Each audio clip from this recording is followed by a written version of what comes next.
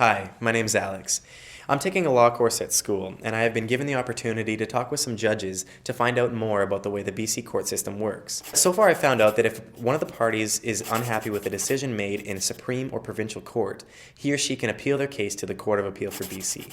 Sometimes their case will be heard in Courtroom 50, which is the Heritage Courtroom. It looks just like it did in the old courthouse. It's also where Mr. Justice Daniels sometimes works.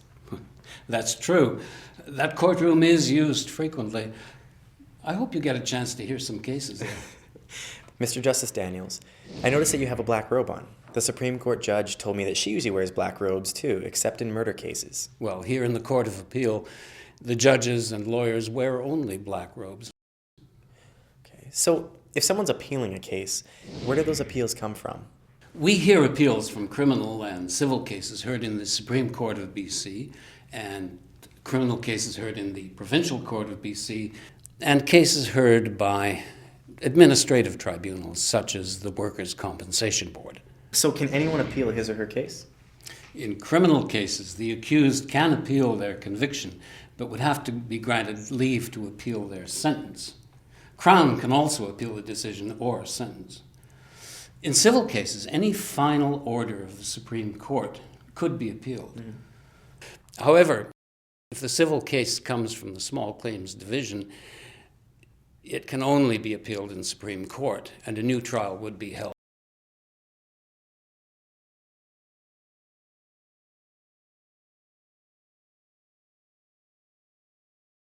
I know that Provincial and Supreme Court are trial courts, and they hear evidence given by witnesses. Does the Court of Appeal do the same? No. Our court decides whether the trial decision was correct in law. The judges are not triers of fact, as in the trial courts. That means that, except in very rare cases, no witnesses would appear in this court. Okay, but then how do the judges know what happened in the trial court? Well, usually the judges do not rehear the evidence in a case. Instead, they review the written record of the original trial, called the transcript, and determine whether there were any errors made in applying the law. Is that the rule for every case?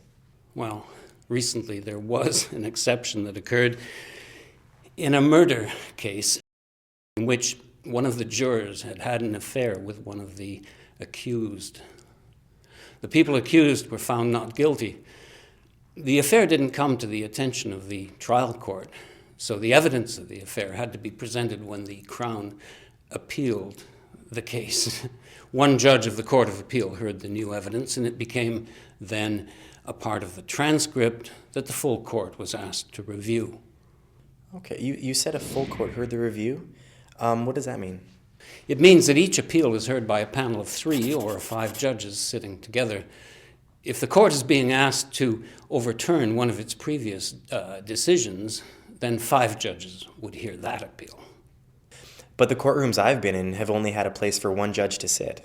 That's true in Provincial and Supreme Court. In the Court of Appeal, there would be 3 or 5 chairs for the judges. Also, appeal courtrooms would not have a witness box, an accused box, or a jury box. Does the justice who heard the evidence given by the witness also sit on the appeal of the case? No, it was heard by 3 different judges.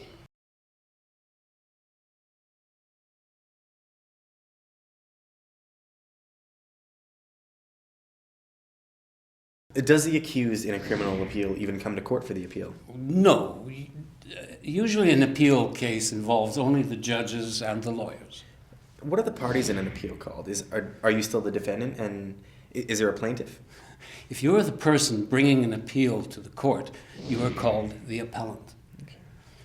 If you are the person who argues against the appeal being granted, you are called a respondent. You said earlier that the Crown can appeal an acquittal. Yes, just as in the case of the juror I told you about.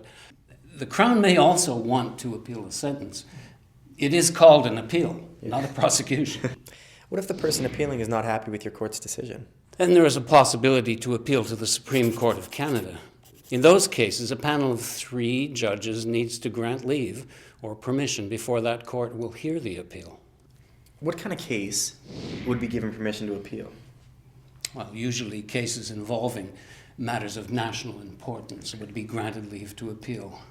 Did you know that the decisions made by the Supreme Court of Canada are final?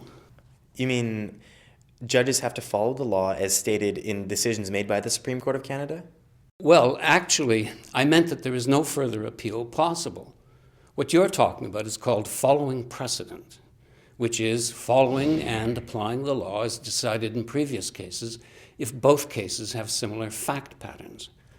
For example, all BC courts are bound by the decisions of the Supreme Court of Canada. In addition, other BC courts are bound by the decisions of our court. So you mean the Court of Appeal decisions can be used to argue the law? That's right. Anyone can go to our website and read the reasons for judgment, which are posted for recent decisions.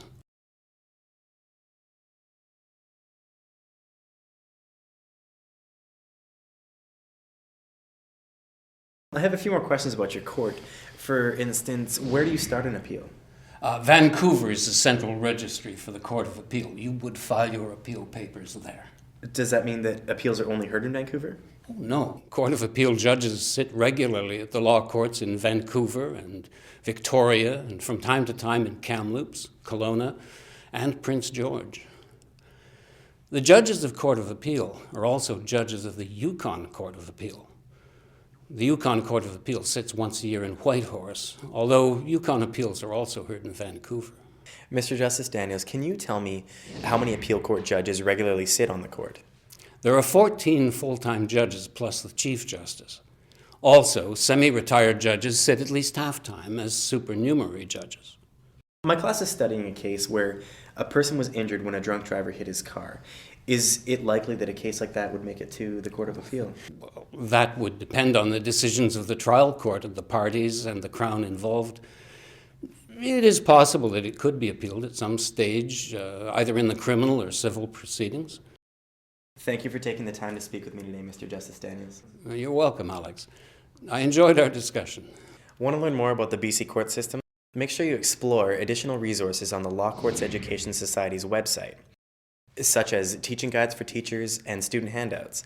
You can also visit the Courts of BC website at www.courts.gov.bc.ca. And if you're curious about the Provincial Court of BC or the Supreme Court of BC, there are videos on this website to help you further understand how those two courts work.